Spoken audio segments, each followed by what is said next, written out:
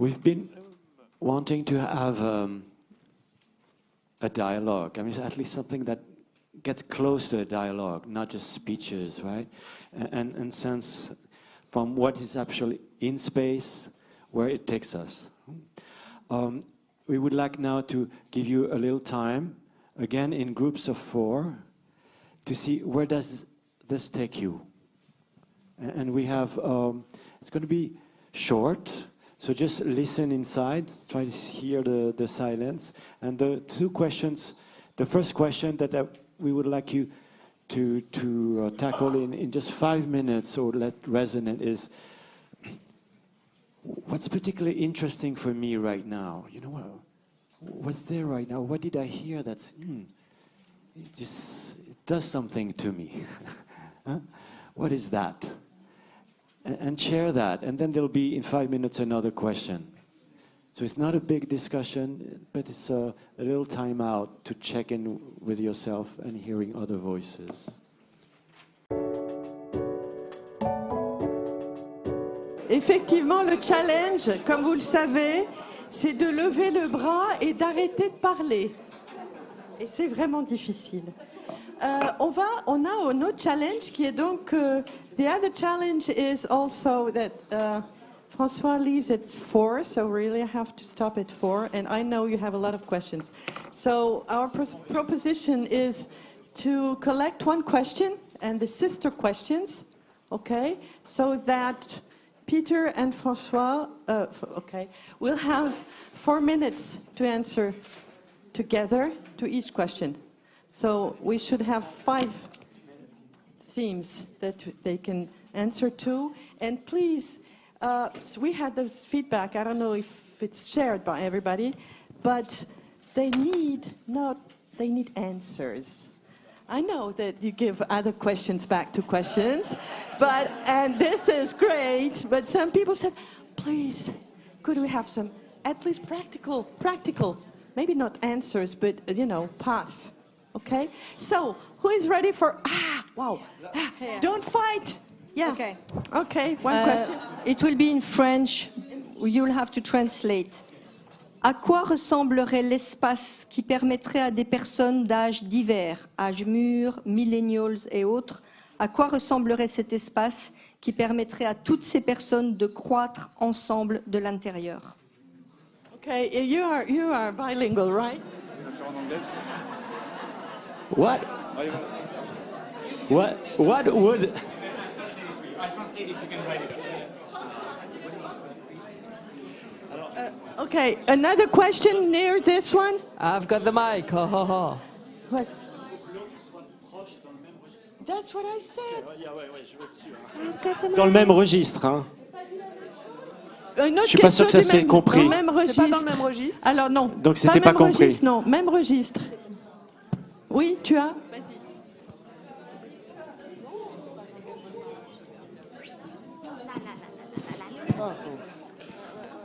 Okay, I think we are in the same context. So, to make it very short, to limit the number of people that go for dark decisions in the democracy or in the society, what is a pragmatic action you advise to give them interest and curiosity for interconnection? Is it clear? Or? Okay. Pour faire simple et court, dans notre groupe, on s'est posé la question par rapport à ce que Peter a dit sur the lacking of interest and curiosity for civilizations and so on. Je fais en français? Oui. Oui, je fais court. Oui. Donc en fait, pour essayer d'attirer un maximum de personnes qui n'ont pas la chance d'être dans ces forums et qui ont plutôt tendance à regarder des choses sombres, qu'est-ce qu'on peut leur donner comme action pragmatique pour avoir envie de s'intéresser et de s'interconnecter? The last one very close. Not close, but concrete. Okay. Il faut que ça ait sujet avec ça. C'est pas un autre thème. Okay, so let's go and.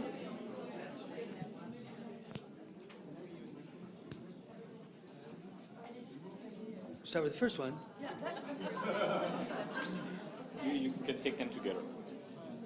We have 2 minutes. Yes, 2 minutes. Together. It's like a game show. Yes.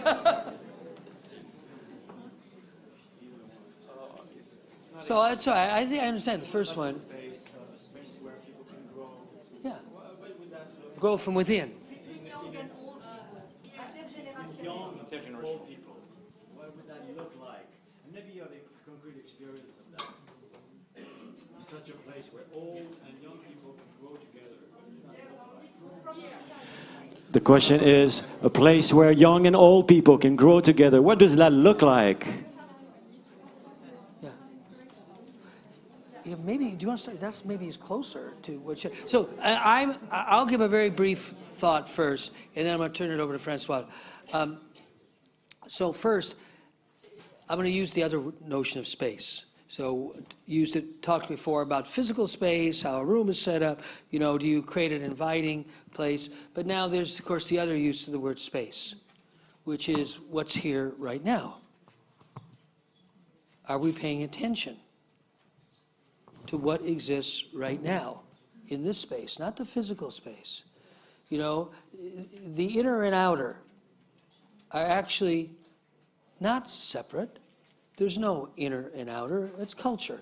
It's sort of like we look up at the sky and we say up. Of course there's no up. We all know this. There's, relative to the earth, there's in and out. There's no up and down. Up and down is culture. Inner and outer is culture. But there is a quality of attention. When we give real attention to a person, it doesn't matter who they are or how old they are. We start a process of transforming the space that exists between us.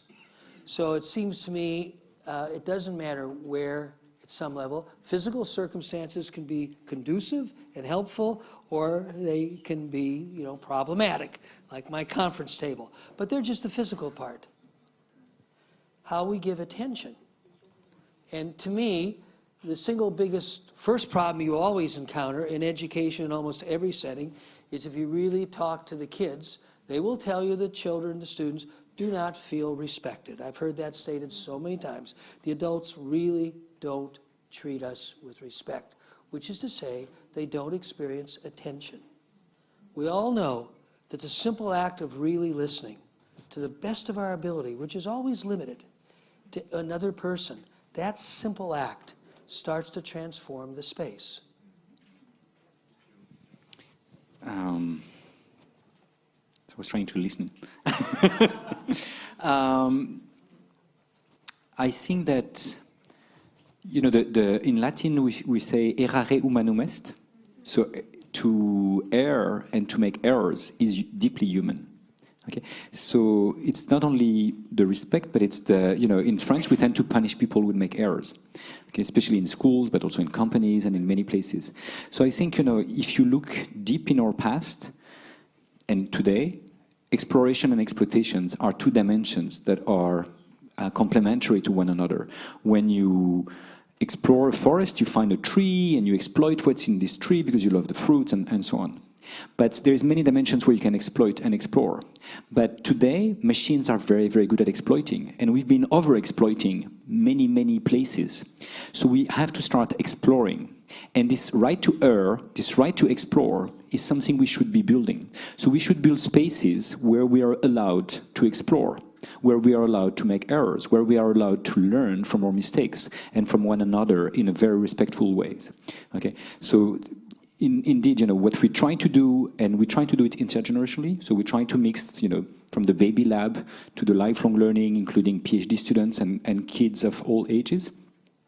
We try to build a space where everyone can come together and learn from each other and grow as human beings and not as, you know, people that have a box on their head, like, you know, they are working only with this job description and so on. So we try to invite them to grow in multiple dimensions, to grow as parents as well as to grow as people that work in this space and that learn in this space and that research in this space. So that's the way we do it. We build what we call in French un cadre de liberté évolutif et fécond. That means clé, Okay, so it's basically a framework where we try to have a minimal frame, like physical space is framed, and there is some legal frame, but we try to maximize the degrees of freedom in that space, and we try to evolve the degrees of freedom in that frame as soon as someone asks, why is it that we are in that frame? Can we evolve that frame?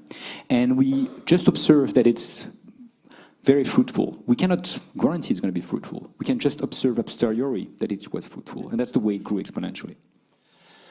And I would like to support the second question, which I think I understood as often in our meetings, we are with people who kind of think like us, right? Who kind of are already interested by the subject that we are going to explore, whether it's interconnectedness or Earth or liberation of energy, whatever. And what I heard in your question is how to attract people who need to be part of the conversation but don't want to be part of that conversation because they have a different idea. And I know that in America, for example, this is a big issue these days, right? But I think it's a systemic issue. It's a pattern. You know, we hit on that all the time. So maybe you have something to tell us about that. Well, you'll never succeed, and you'll spend your life doing it. If you're not up for that, you should look for something else. This has always been one of the, I'm going to put it in the context of organizing, like in community organizing or organizing networks within an organization, between organizations, whatever. There's a woman who was a great mentor to many of us named Frances Hesselbein. You wouldn't know her, but she's quite well known in the U.S. as a woman who transformed the Girl Scouts of America. So the Girl Scouts used to always be a very white, middle-class organization. Frances had the vision that the Girl Scouts of America should look like the girls of America. So she's quite famous and has received presidential medal long ago for her work to really make the Girl Scouts be a truly representative for young girls. And Frances used to always say, whenever you've organized a meeting, so I'm framing it in that way, you always look around who's here, and you ask yourself, what's the system I'm trying to change? Who's not here? And there will always be people who are not there. And that's always telling you where you need to pay attention going forward. But those two questions together, what's the system we're trying to change, and who in that system is not here? So that's why I wasn't kidding. You will spend your life doing it. It'll never be over. But like so many things, it's the intent. It's not the perfection of the action. The action will always be imperfect. But it's the intent. It's the open heart, to use a Chinese term. You know, the traditional image for mind is one of the fundamental differences in East and West.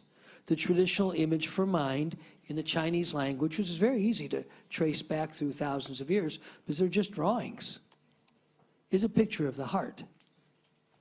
It's not a picture of the head.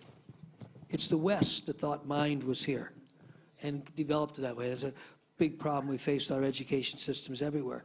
So it's that intent.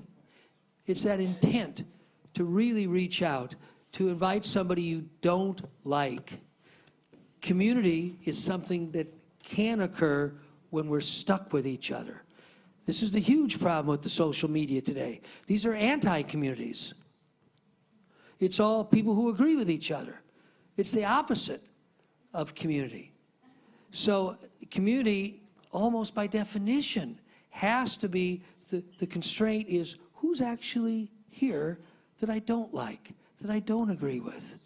And, you know, as that orientation deteriorates, the capacity for any real larger social community, sense of community in realistic social arrangements disappears. So this is the work.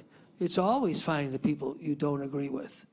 Now, but you can't force people. The question is, do you really invite them to show up as they are, so to speak? Thank you. Do you want to add something? Yes, I agree with that answer. I'll have some, you know, I'm a biologist, so I'll give some. If you want people to change their perspective, they have to feel comfortable. They shouldn't be stressed. Okay, that's a tough one. Okay? So you shouldn't be aggressive with them, certainly not. Otherwise, they'll reinforce their attitude that you are the enemy and that they are right to be in whatever corner where they are. So you have to start a conversation that is as peaceful, as respectful, and make them as comfortable as possible. And you have to start where they are and try to find an opening that's and a path for them to evolve. That's a tough one. But to go back to the digital network and the way they reinforce some of those darkest perspectives these days, I think if you look at our history, there is some interesting anthropologists and philosophers debate on why are we rational animals.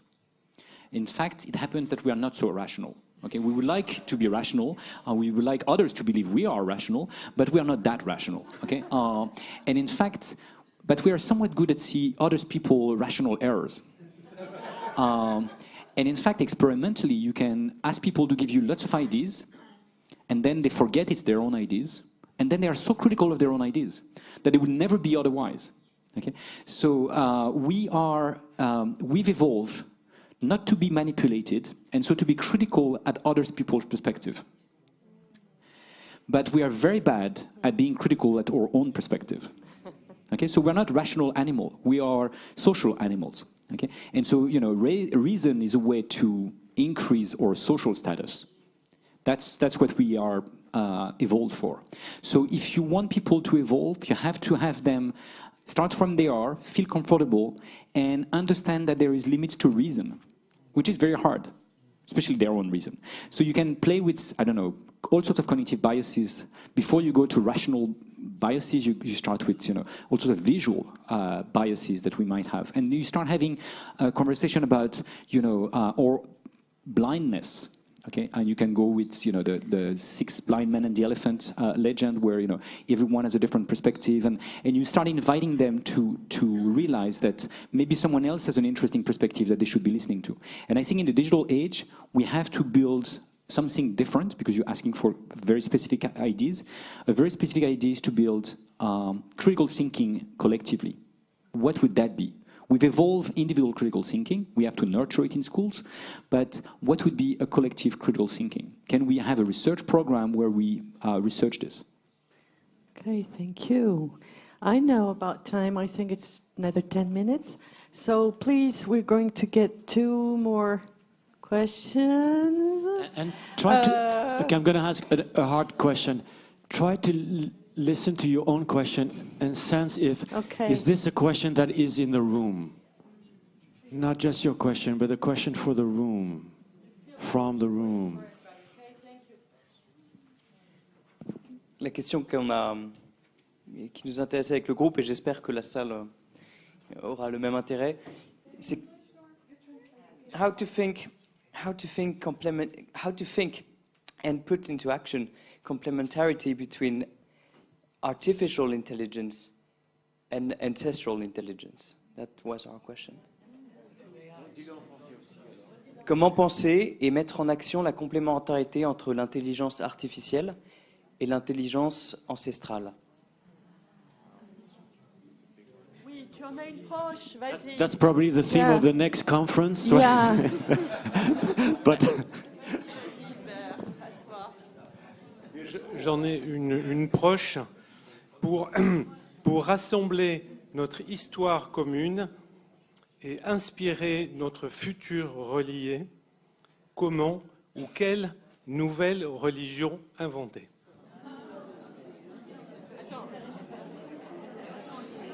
Traduction. Il traduit, François. François est le traducteur. Ok, est-ce qu'il y en a une autre proche?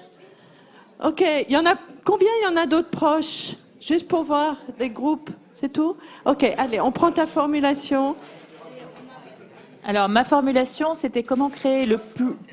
Alors, ma formulation, c'était comment créer le plus petit lien entre ancien monde et nouveau monde, ancien système éducatif et nouveau système éducatif. Le plus petit lien possible.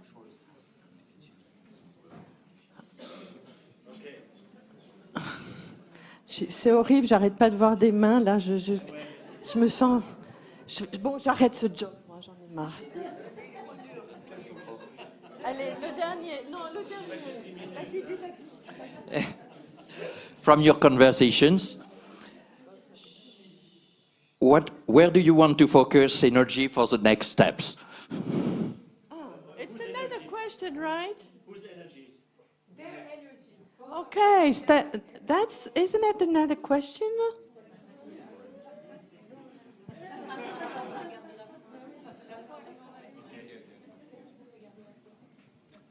Oui, on finira par celle-là. C'est un peu à voir peut-être. Qu'est-ce qui vous fait garder la foi? What makes you still feel optimistic or faithful? That will be the last question, maybe. I want to hear you. I'm sorry for the others, but I need some young people to ask questions. Okay? Yeah, we want it. Ils ont la même question ici. Hein? Ok. Merci. I'm from Team Academy in Strasbourg, and my question is how we transform the resistance of the French system of education to our benefits as learning person. Okay, François, no train at 4 o'clock. You stay with us. Okay, let's get last one. Okay, no more. The last one? No more. No more, okay. Wherever we go. It's the best So- question in the room. We're just going to do our best to kind of hold all the different questions that have been asked. I love the one of the two AIs. I learned a new AI today, the ancient intelligence or the ancestral intelligence and the artificial intelligence. And I realized as I was thinking about it, the problem just comes at the level of abstraction of those terms. Okay, so how do we harmonize our gadgets with our living? Would be a simple way to say it. And I heard a story last night I thought was great because it was coming up in the context of saying, well, how can you do all this with millennials? I hate categories. You know, I think it's common now for a lot of adults to say, oh, we have all these young people in our organization, we don't know what to do with them. They're all millennials. And I was sharing it with a person who said, well, here's what my daughter told me the other day, who's 22. She said, well, when we go to dinner, we have a little ground rule with her peers. The first person who checks their gadget pays for dinner. That's brilliant. You know, so it's how do we harmonize this with living? That's it. I mean, it's just a little different way to say the question. Because the premise there, of course, is very important. We're not going to be without these things. But this ancestral knowledge is in us. That's the core premise. It's not just in the ancestors. It's in us. We are biological entities. We are a product of a long process of biological kind of evolution. And it's in us. You know, there's a reason why we react so strongly to people being rude, nasty. And it's not culture. It's not culture. It's biology. We are loving animals. One of the best examples I've ever seen of this, a teacher of mine, I don't know if you two have ever crossed paths, Humberto Maturana, very famous biologist in Chile, says, well, you know, the story amongst evolutionary biologists is that this very significant part of our evolution, the opposable thumb, makes us tool users. It allows us to grasp. He said, well, that's fine. He said, but what people miss is it also allows us to caress. We are loving animals. That's why rudeness and being nasty to people offends us. It's not cultural. It's biological. So you just have to have this conviction that the ancestral knowledge isn't elsewhere. It's right here. Let the person pay the bill who uses their gadget first. Okay, I'll try to answer some of those questions as quickly as I'm able to. Okay, and the third and fifth are very linked. Okay, so I'll start with those. If you want to change the French education system or any education system, you have to start where it is now. Okay, and you have to start with the people that are within and want to change it. And you have to basically learn to hack the system. Okay, what we've been doing in the CRE is hack the university from inside. Okay, so what you and that's the shortest link, because you start from within and you invite the people that are within to be as free as they can, and ask to be as free as they can, to be able to change the system from within. And progressively you push the walls. Okay, that's what we've been doing, and it was somewhat successful. So I think it's possible, and that's part of what makes me optimistic.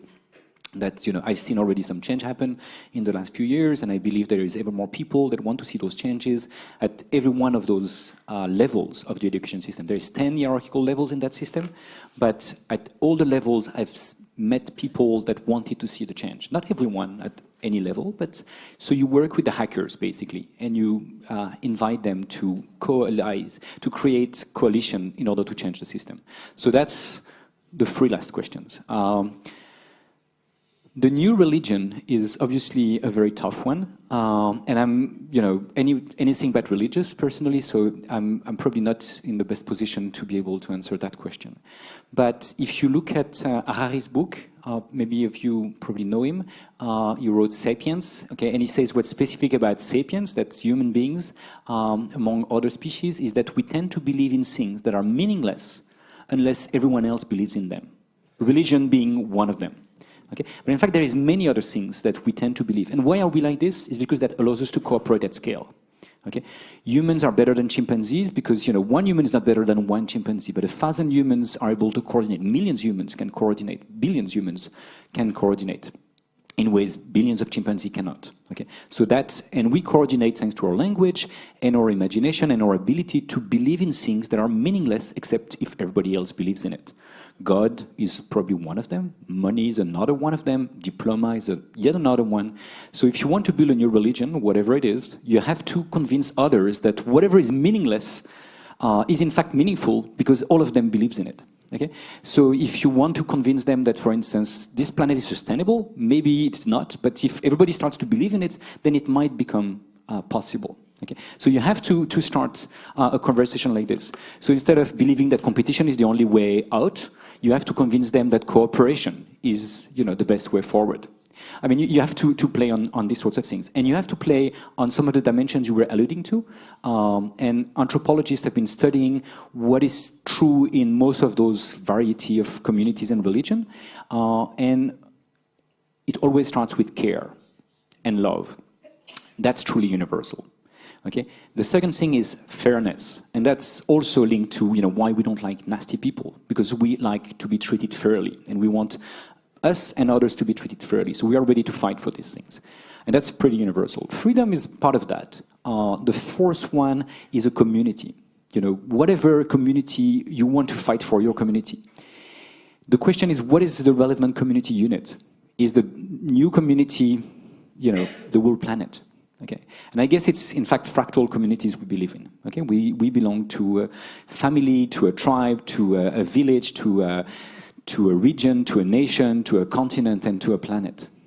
Okay, so I think that's the community that is relevant for the planet is all of us. Okay, and you have to start thinking, how do we build that community? The next thing is you have to discuss what's authority. Okay? And authority can be authoritarian, and it is in many places, and many people are still fighting for these sorts of things. Look at Brazil or other places. They believe in very strong versions of authority. What I like is what is defined by Michel Serres, a French philosopher that works in Stanford. And Michel Serres defined authority, looking back at the etymology, as what helps you to grow. Okay? And so the true authority is what helps you grow. Okay, so it's not the authoritarian one. And for instance, scientific authority, it's not the Nobel Prize or the one that shouts the loudest. It's what the collective has agreed upon so far. And it can be redefined tomorrow. And the last thing is what are the deep values that you all believe in? Okay, what is truly sacred for you? What are you ready to fight for? Okay, and every community has an answer to this. Okay, and I think if you want a new religion, you have to ask, what it is that you're ready to fight for. Are you ready to fight for the climate? Are you ready to fight for yourself, for your children, for whatever? Okay, you have to start answering those questions. So again, I don't have an answer, but I think probably you'll have to have those elements into your mix, whatever you're trying to do. And to to link with the next question, there is some people that believe AI is the next religion. Okay? Because the big AI, the big artificial intelligence is going to know everything. It's going to have all the power. It's going to have lots, it's going to be immortal. It's going to have lots of the dimensions that gods have. And if you help the next AI, then the next AI will save you. Otherwise, it will kill you. Okay? So, I mean, they really are building a new religion based on this AI. I'm not sure they've taken many of the ancestral intelligence dimensions into their perspective. So I'm not sure that's the solution to the previous question, but just to illustrate this.